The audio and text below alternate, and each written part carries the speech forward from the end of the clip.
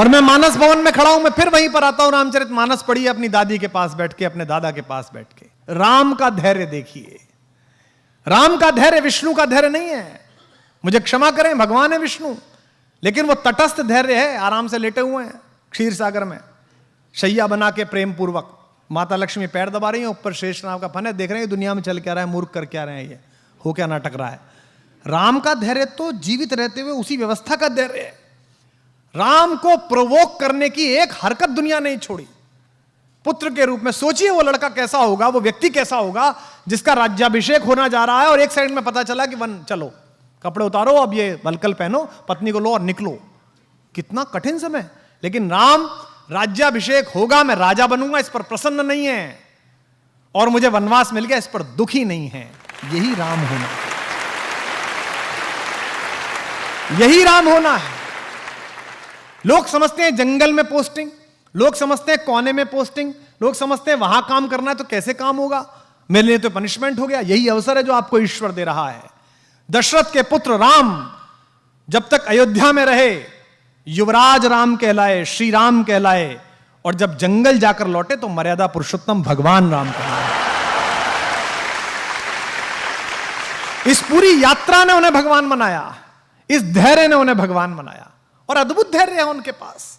उनका अपमान करके कोई चला जाता है, वो धैर्य के साथ मुस्कुराते रहते हैं। उनकी पत्नी का हरण हो जाता है, उसके बाद भी वो धैर्यपूर्वक पूरी व्यवस्था करते हैं। और एक बात सोचना आप सब लोग, राम, मैं अक्सर इस बात पर बहुत अंदर तक थ्रिल रहता हूं। राम अयोध्या से चले, उस समय का सबसे बड़ा खानदान था वो। हिंदुस्तान में जो कुछ भी बड़ा था उन्हीं क्या पैदा हुआ।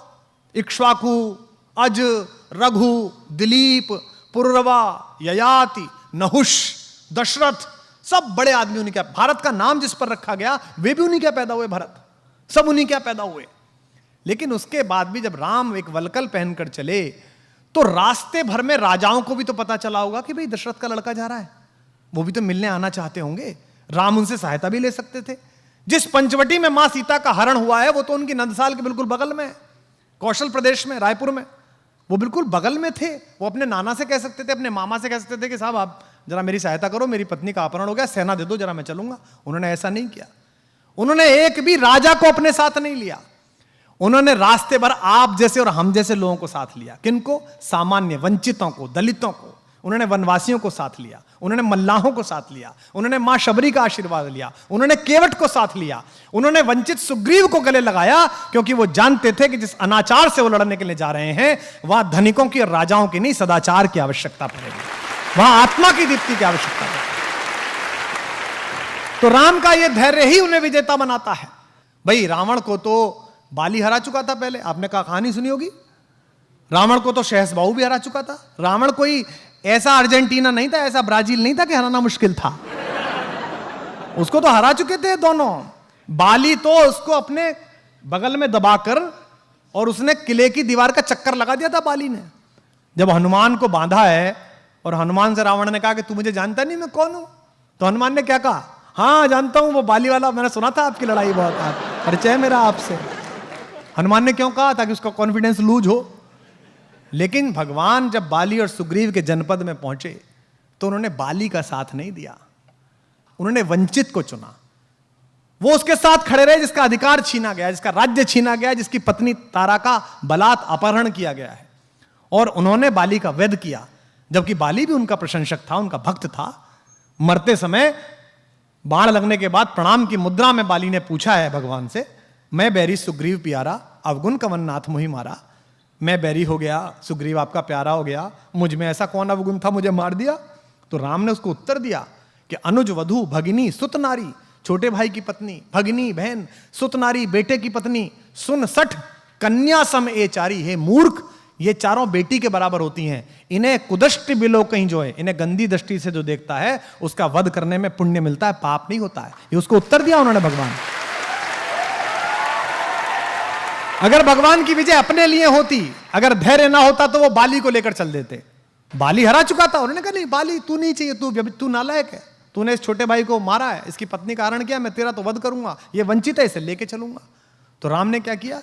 राम के साथ जितने लोग हैं, राम का धैर्य अद्भुत है। और यहां जो अध्यापक है उनसे निवेदन है, राम की लीडरशिप क्वालिटी अद्भुत है।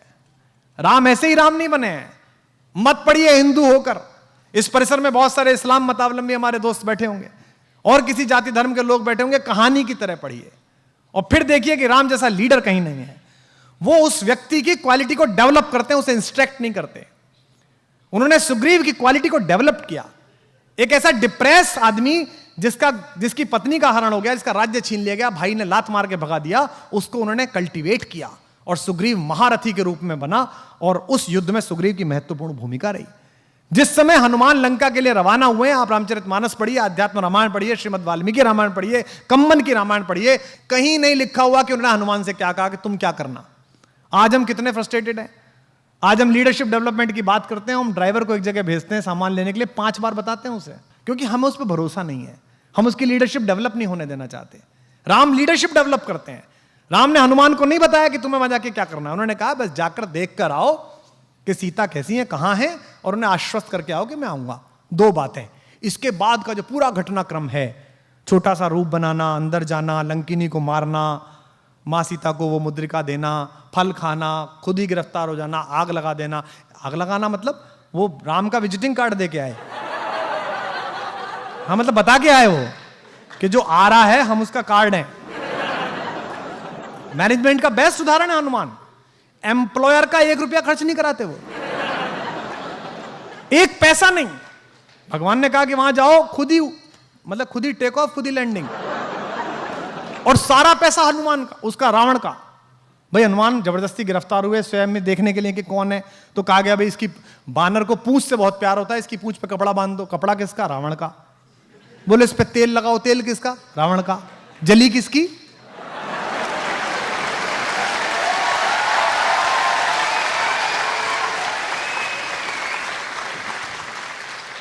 बेस्ट एम्प्लॉय, सर्वश्रेष्ठ व्यक्ति, कोई ना नुकर नहीं।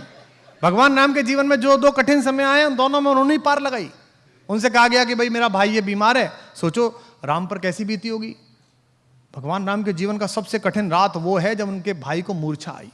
उस रात राम कितने भी ईश्वर हो, मनुष्य रूप में जी रहे थे। मन में ये तो आई होगी यार अयोध्या जाके क्या कहूंगा, पत्नी कहां अपहरण हो गया, भाई कहां युद्ध में मारा गया। ऐसे समय में हनुमान काम आए और हनुमान गए, वहां कंफ्यूजन हो गया कि कौन सी संजीवनी बूटी, मेडिकल स्टोरी ले आए पूरा।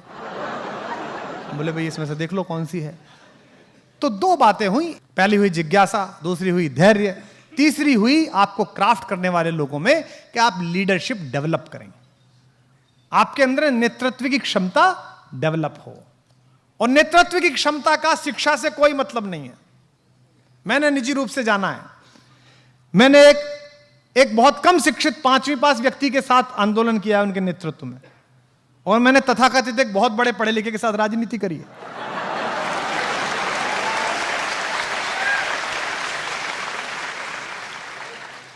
नेतृत्व क्षमता का पढ़ाई लिखाई से कोई मतलब नहीं है। नेतृत्व क्षमता पैदा करना आपकी आत्मा की शुचिता पर निर्भर है। आपको जब यह लगता है, राम को भी तो लग सकता होगा कि यार हनुमान में इतना तेज है, कहीं यही ना राजा ना बन जाए, कहीं इसकी आरती ज्यादा ना होने लगे।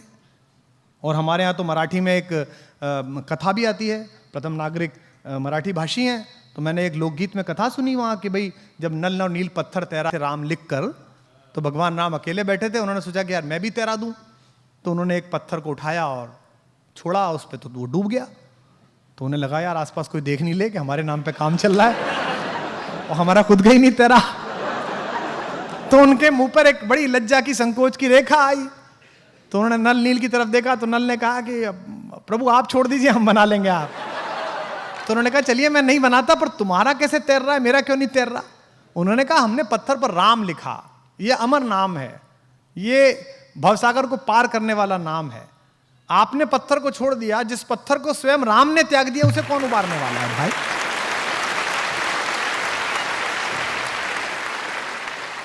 तो लीडरशिप इस बात से निर्भर होती है कि आप इस बात में कितना विश्वास करते हैं कि ईश्वर द्वारा तय किया गया मेरा भाग्य किसी मनुष्य के निपटाने से, खत्म करने से, बढ़ाने से ना बढ़ेगा ना घटेगा।